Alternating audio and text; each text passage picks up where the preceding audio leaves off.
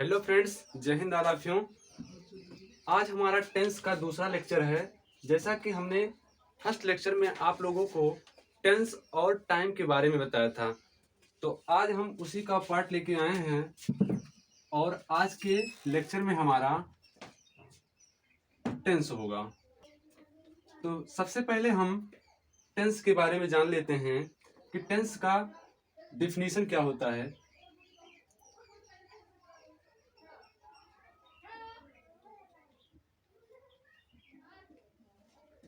Tense का definition होता है कि टेंस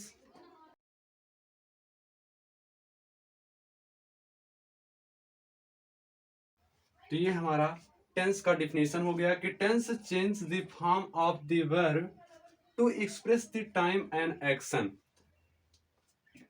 कि किसी कार्य के समय को व्यक्त करने के लिए वर्ब के फॉर्म का बदलना ही टेंस कहलाता है।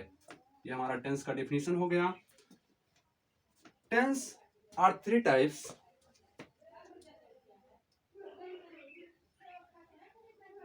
There are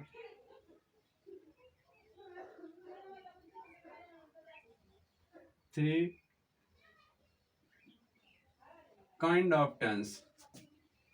three kinds of tense. कि जो हमारा टेंस होता है ये तीन प्रकार का होता है। तो सबसे पहले इसके हम प्रकार देख लेते हैं। तो फर्स्ट हमारा होता है present tense,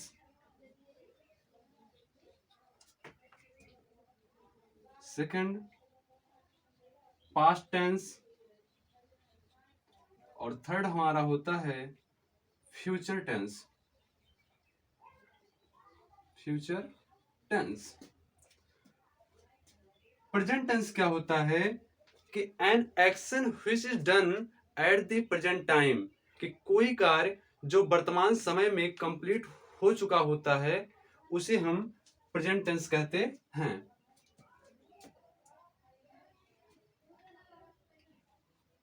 an action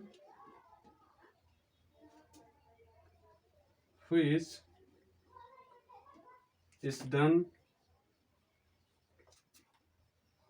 at the present time.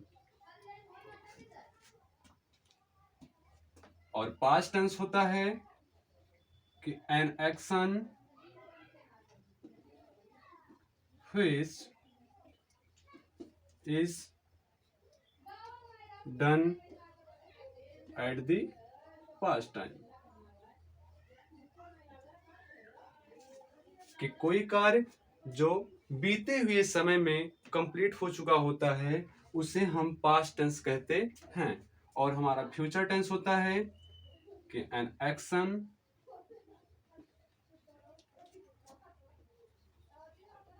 Which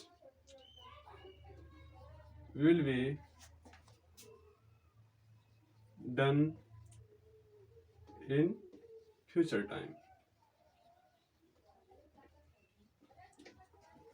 कि ऐसा कार्य जो आने वाले समय में कंप्लीट होगा उसे हम फ्यूचर टेंस कहते हैं। तो ये हमारा प्रेजेंट टेंस, पास्ट टेंस और फ्यूचर टेंस हो गया। अब आइए हम देखते हैं कि प्रेजेंट पास्ट और फ्यूचर टेंस के भी चार चार पार्ट होते हैं। अरे, प्रेजेंट पास्ट और फ्यूचर के भी चार चार पार्ट होते हैं। तो आइए उन्हें भी हम देख लेते हैं। अब हम देखते हैं कि प्रेजेंट टेंस, पास्ट टेंस और फ्यूचर टेंस के भी हमारे चार चार पार्ट होते हैं। तो आइए सबसे पहले उन्हें हम देख लेते हैं कि वे चार पार्ट कौन कौन से होते हैं।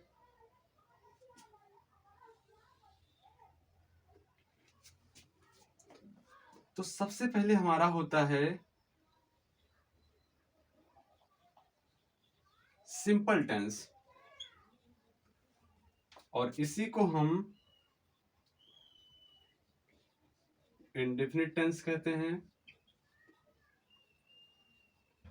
और इसका मीनिंग होता है साधारण काल या फिर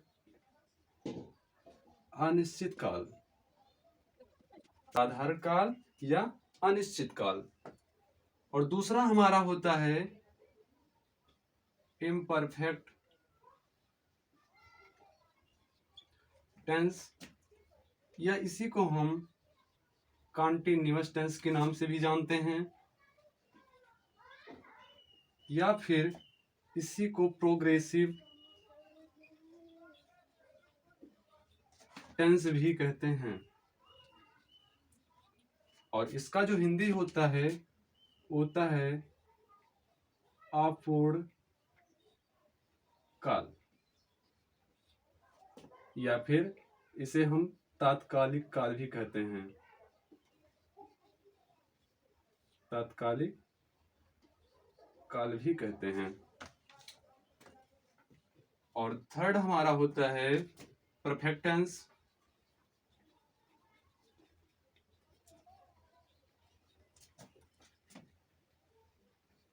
और इसका मतलब होता है पूर्ण काल। क्या होता है? पूर्ण काल। फोर्थ होता है हमारा परफेक्ट कॉन्टिन्यूअस टेंस, और इसका हिंदी होता है पूर्ण काल, या फिर पूर्ण तात्कालिक काल भी कह सकते हैं।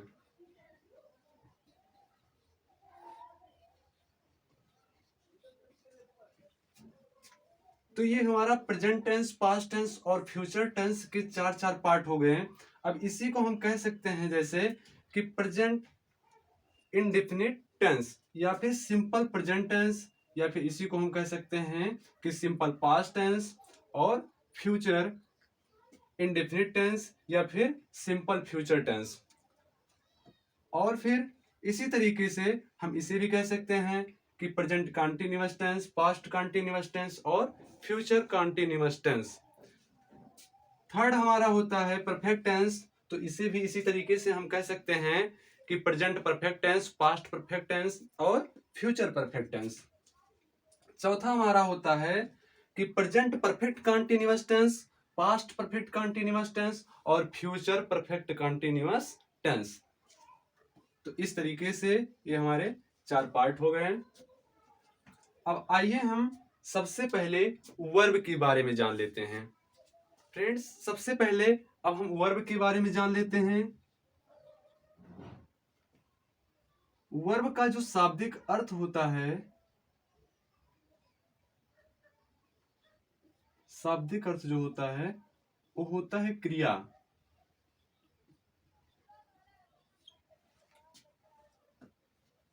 और वर्ब को हम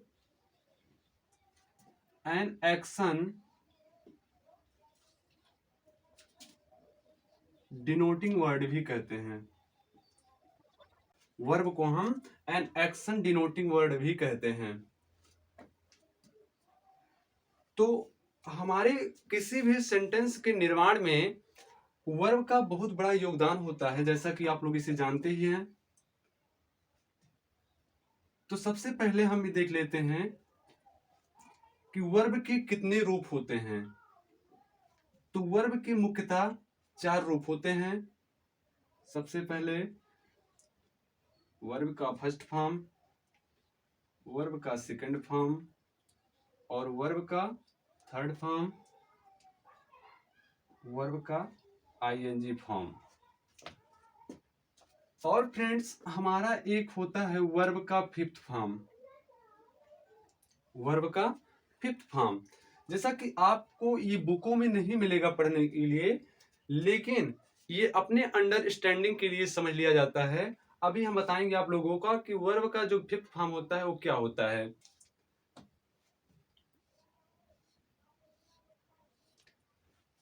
तो वर्ब का फर्स्ट फॉर्म का मतलब ये होता है कि जैसे गो मीन्स जाना, गो मीन्स जाना। तो जिस भी वर्ड के लास्ट में हमारा ना ने नी ये मिलता है, उसे हम वर्ब का बेस फॉर्म या वर्ब का फर्स्ट फॉर्म कहते हैं। और इसी वर्ब के फर्स्ट फॉर्म को हम वर्ब की बेस फॉर्म भी कहते हैं, बेस फॉर्म ऑफ वर्ब, और इसे हम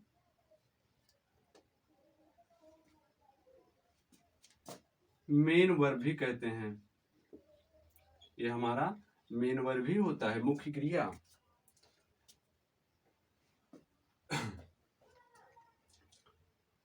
और गो का सेकंड फॉर्म होता है वेंट,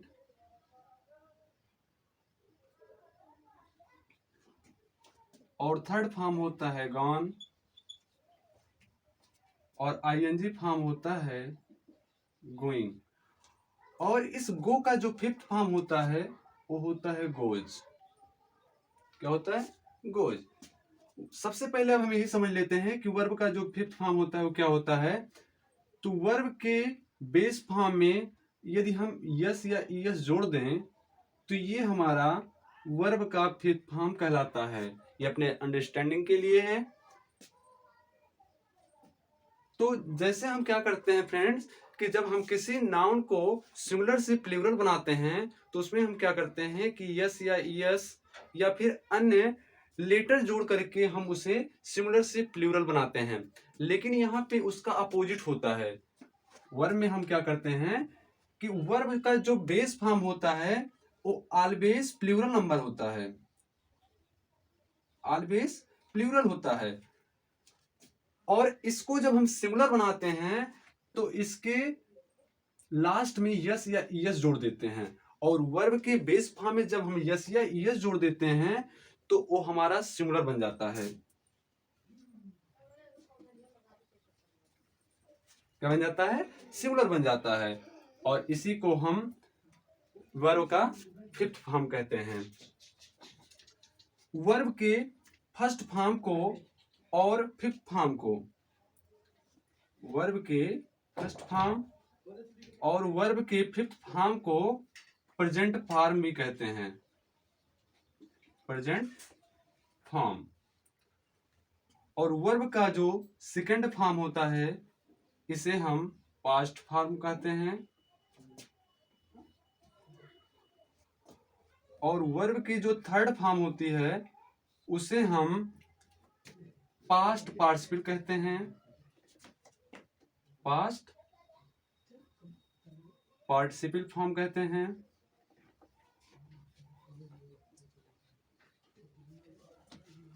और वर्ब का जो आईएनजी फॉर्म होता है उसे हम प्रेजेंट पार्टिसिपल फॉर्म कहते हैं।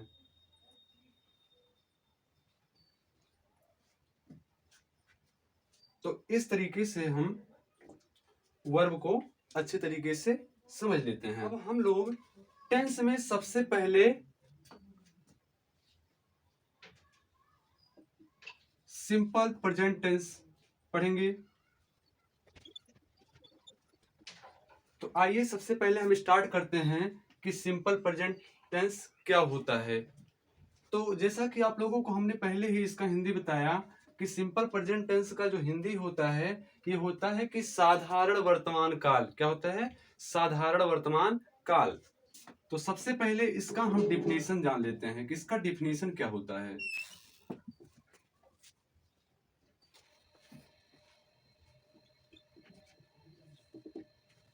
तो सिंपल प्रेजेंट टेंस का डिफिनेशन ये होता है कि किसी कार्य को वर्तमान समय में होने या करने या हो रहा है या हो चुका है या किया गया है या फिर एक लंबे समय से होते आ रहा है का जिससे बोध होता है उसे हम सिंपल प्रेजेंट टेंस या प्रेजेंट इंडेफिनिट टेंस कहते हैं। तो ये हमारा डिफिनेशन हो गया। और हमें बहुत ज्यादा डिफिनेशन से कुछ लेना देना नहीं है। तो आइए अब इसका हम पहले आइडेंटिफिकेशन जान लेते हैं।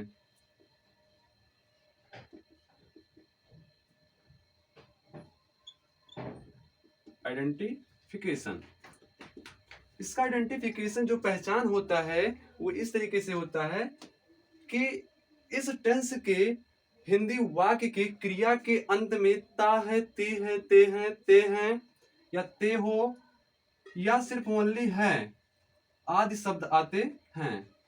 तो इसका जो पहचान होता है वो क्रिया के अंत में ता है, ती है, ते हैं, या ते हो, या मान ली है आदि शब्द आते हैं। तो ये हमारा आइडेंटिफिकेशन हो गया। अब सबसे पहले हम स्टार्ट करते हैं अफर्मेटिव सेंटेंस। Affirmative sentence. तो आइए देख लेते हैं कि अफर्मेटिव सेंटेंस का स्ट्रक्चर किस प्रकार का होता है।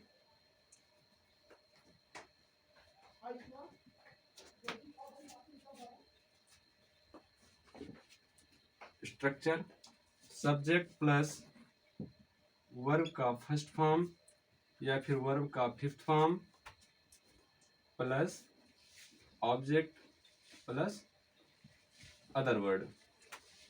तो ये हमारा अफर्मेटिव का स्ट्रक्चर हो गया।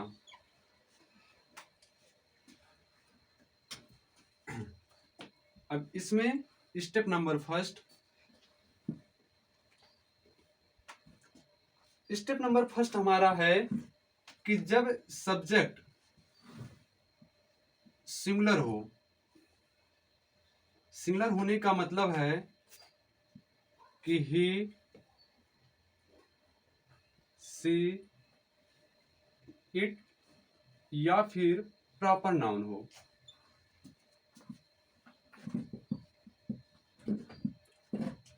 तो हम इसके साथ में वर्ब का फिफ्थ फॉर्म यूज करते हैं। इसके साथ में वर्ब का फिफ्थ फॉर्म यूज करते हैं। स्टेप टू, स्टेप टू है कि जब हमारा सब्जेक्ट प्लूरल,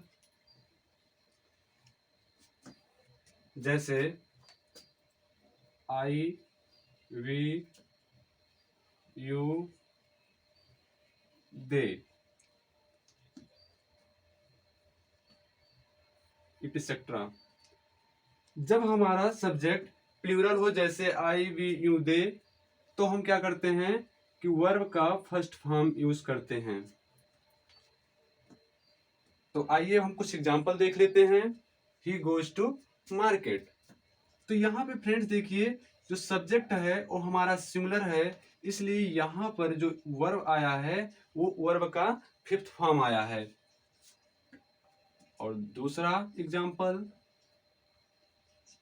किसी, तो फ्रेंड्स हमारा दूसरा एग्जांपल हो गया कि सी गो टू, सॉरी यहाँ पे सी हमारा सिंगुलर सब्जेक्ट है, इसलिए यहाँ पर भी गोज आएगा।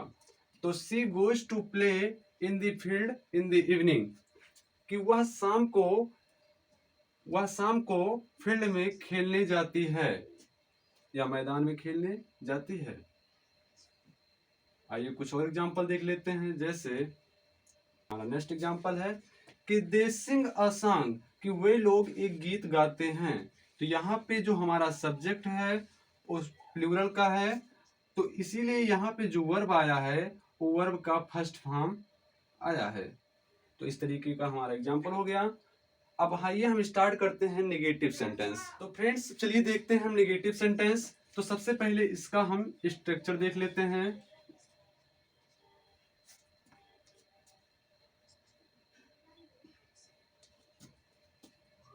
तो सबसे पहले इसका हम स्ट्रक्चर देख लेते हैं।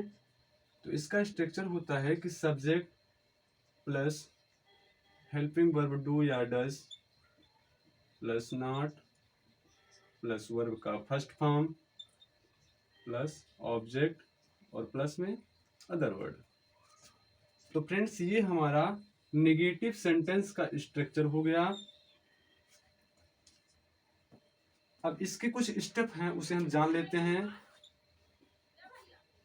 Step number first, step number first हमारा ये है कि जब सब्जेक्ट सिंगुलर हो, सब्जेक्ट सिंगुलर हो, तब हम हेल्पिंग वर्ब डज नॉट का यूज करते हैं। और स्टेप नंबर 2, जब हमारा सब्जेक्ट प्लूरल हो तब हम हेल्पिंग वर्ब डू नॉट का यूज करते हैं। डू नॉट का यूज करते हैं। और हम क्या करते हैं कि कोई भी सब्जेक्ट हो, चाहे वो सिंगुलर हो चाहे प्लूरल हो, सभी के साथ में हम वर्ब का फर्स्ट फॉर्म यूज करते हैं।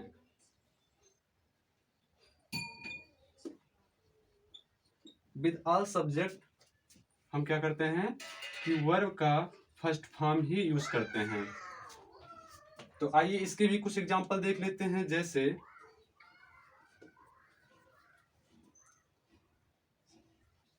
राम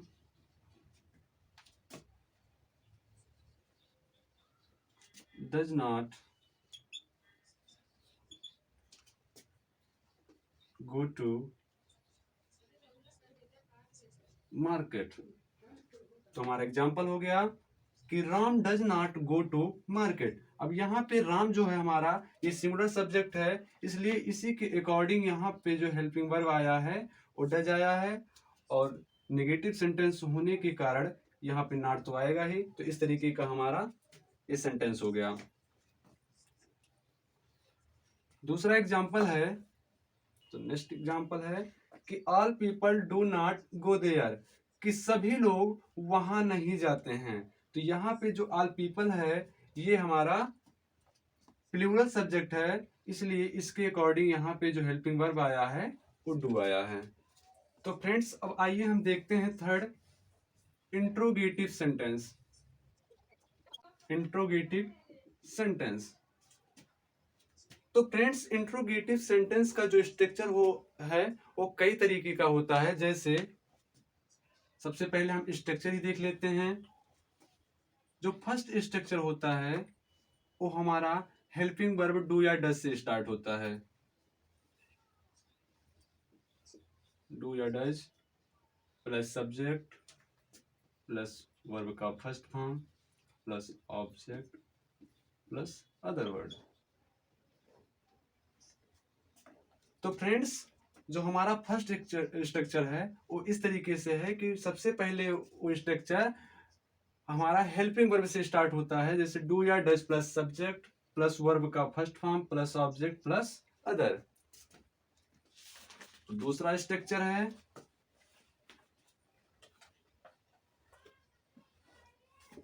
क्वेश्चन वर्ड, या फिर इसी को हम WH वर्ड भी कहते हैं, प्लस हेल्पिंग वर्ब डू या does plus subject plus verb का फर्स्ट फॉर्म प्लस ऑब्जेक्ट और प्लस में अदर वर्ड।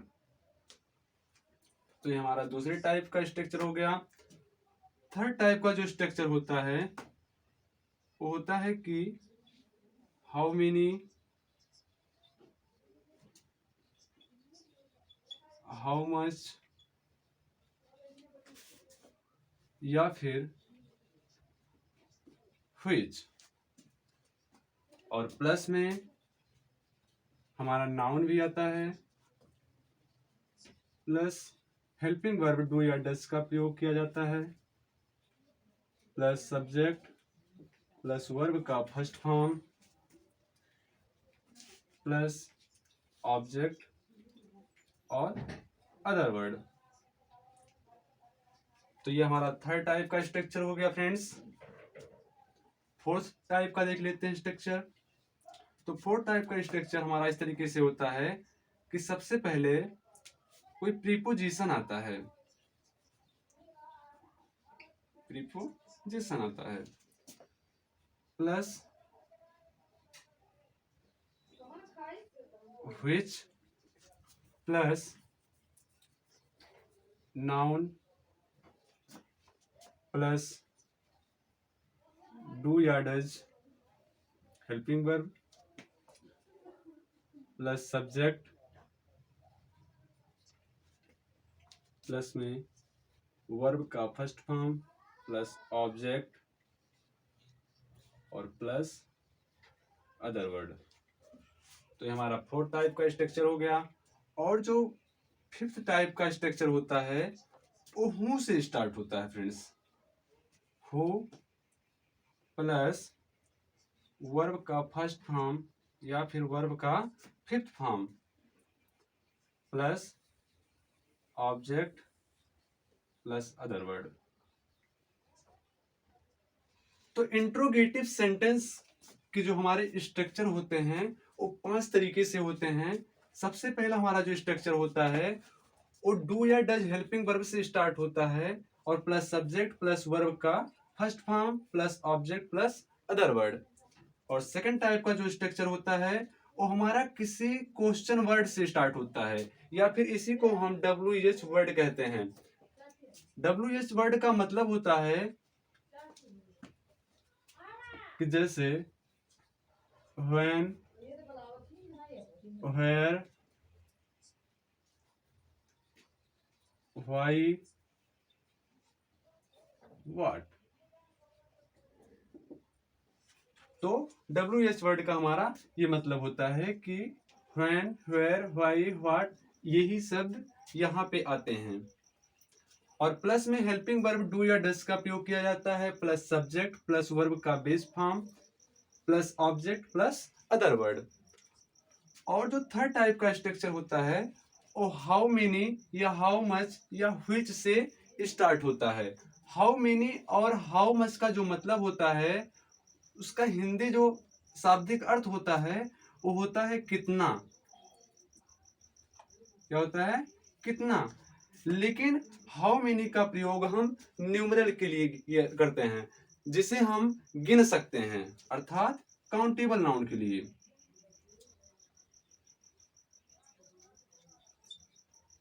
इसका प्रयोग हम काउंटेबल नाउन के लिए यूज करते हैं और हाउ मच का प्रयोग हम अनकाउंटेबल नाउन के लिए यूज करते हैं।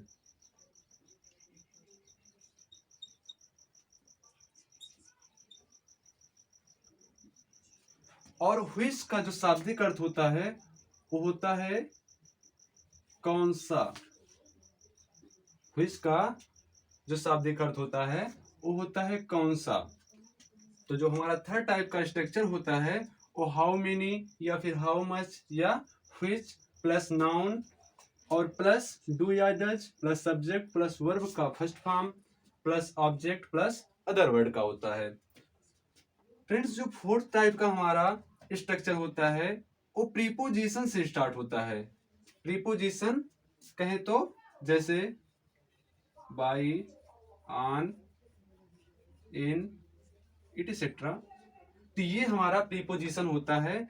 तो इस प्रीपोजिशन में कोई ना कोई प्रीपोजिशन सबसे पहले आएगा, उसके बाद हमारा रिलेटिव प्रोनाउन व्हिच यूज होगा और उसके बाद हमारा कोई ना कोई नाउन आएगा, उसके बाद हेल्पिंग वर्ब डू या डज का प्रयोग होगा प्लस सब्जेक्ट प्लस वर्ब का फर्स्ट फॉर्म प्लस ऑब्जेक्ट और प्लस अदर वर्ड। तो इस तरीके का हमारा फोर्थ टाइप का स्ट्रक्चर हो गया।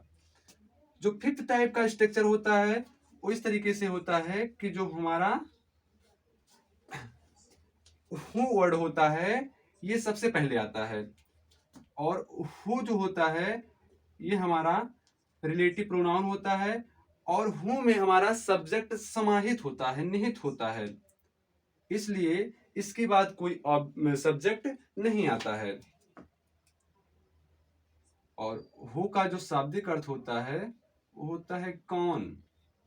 होता है कौन। और इसके साथ में हम किसी हेल्पिंग वर्ब का यूज नहीं करते हैं, इसके साथ ओनली वर्ब का फर्स्ट फॉर्म या फिर वर्ब का फिफ्थ फॉर्म यूज करते हैं प्लस में सब्जेक्ट और प्लस में अदर वर्ड। तो इस तरीके से हमारा इसे थोड़े बोल दी। तो इस तरीके से हमारा इंट्रोगेटिव सेंटेंस का 5 स्ट्रक्चर हो गया। अब आइए हम कुछ एग्जाम्पल देख लेते हैं। तो फ्रेंड्स चलिए हम कुछ एग्जाम्पल देख लेते हैं। तो सबसे पहला हमारा एग्जाम्पल है कि do you know me, do you know me, क्या तुम मुझे जानते हो। और सेकंड एग्जांपल हो गया जैसे does he read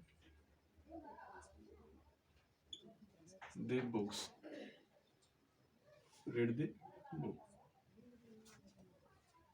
second example हो गया हमारा कि does he read the book, क्या वह किताब पढ़ता है। थर्ड एग्जांपल कि वाई, तो हमारा नेक्स्ट एग्जांपल हो गया कि why do you go to school, कि तुम विद्यालय क्यों जाते हो। और फोर्थ एग्जांपल हमारा, तो हमारा नेक्स्ट एग्जांपल हो गया फ्रेंड्स कि how much sugar does he eat, कि वह कितना चीनी खाता है, वह कितना चीनी खाता है।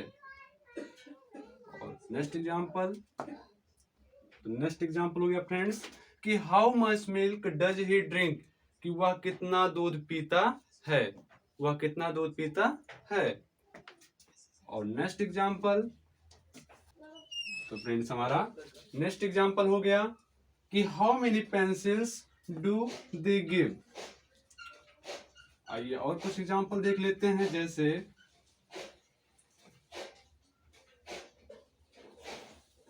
हूँ comes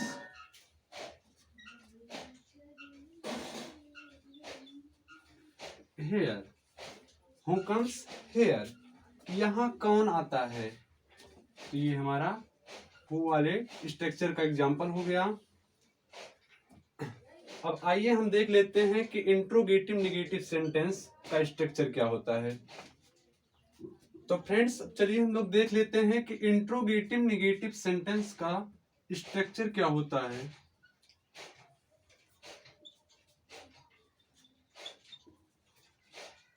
तो फ्रेंड्स इसका जो स्ट्रक्चर होता है वो इंट्रोगेटिव सेंटेंस की तरह ही होता है, लेकिन इसमें नेगेटिव होने के कारण क्या होता है कि सेम जो स्ट्रक्चर होता है इंट्रोगेटिव सेंटेंस का उसे एज इट इज लिख लेते हैं, और हमें क्या करना होता है कि सब्जेक्ट के बाद ओनली नॉट का यूज करना होता है, और शेष हमें कुछ नहीं करना होता है फ्रेंड्स। सिर्फ हमें करना क्या होता है कि सब्जेक्ट के बाद नॉट का यूज करना होता है। जैसे कुछ एग्जांपल के माध्यम से इसे हम देख लेते हैं कि हमारा इंट्रोगेटिव नेगेटिव सेंटेंस का स्ट्रक्चर किस प्रकार होगा। जैसे हमारा एग्जांपल है कि why do you not read a book, कि तुम किताब क्यों नहीं पढ़ते हो, तुम किताब क्यों नहीं पढ़ते हो।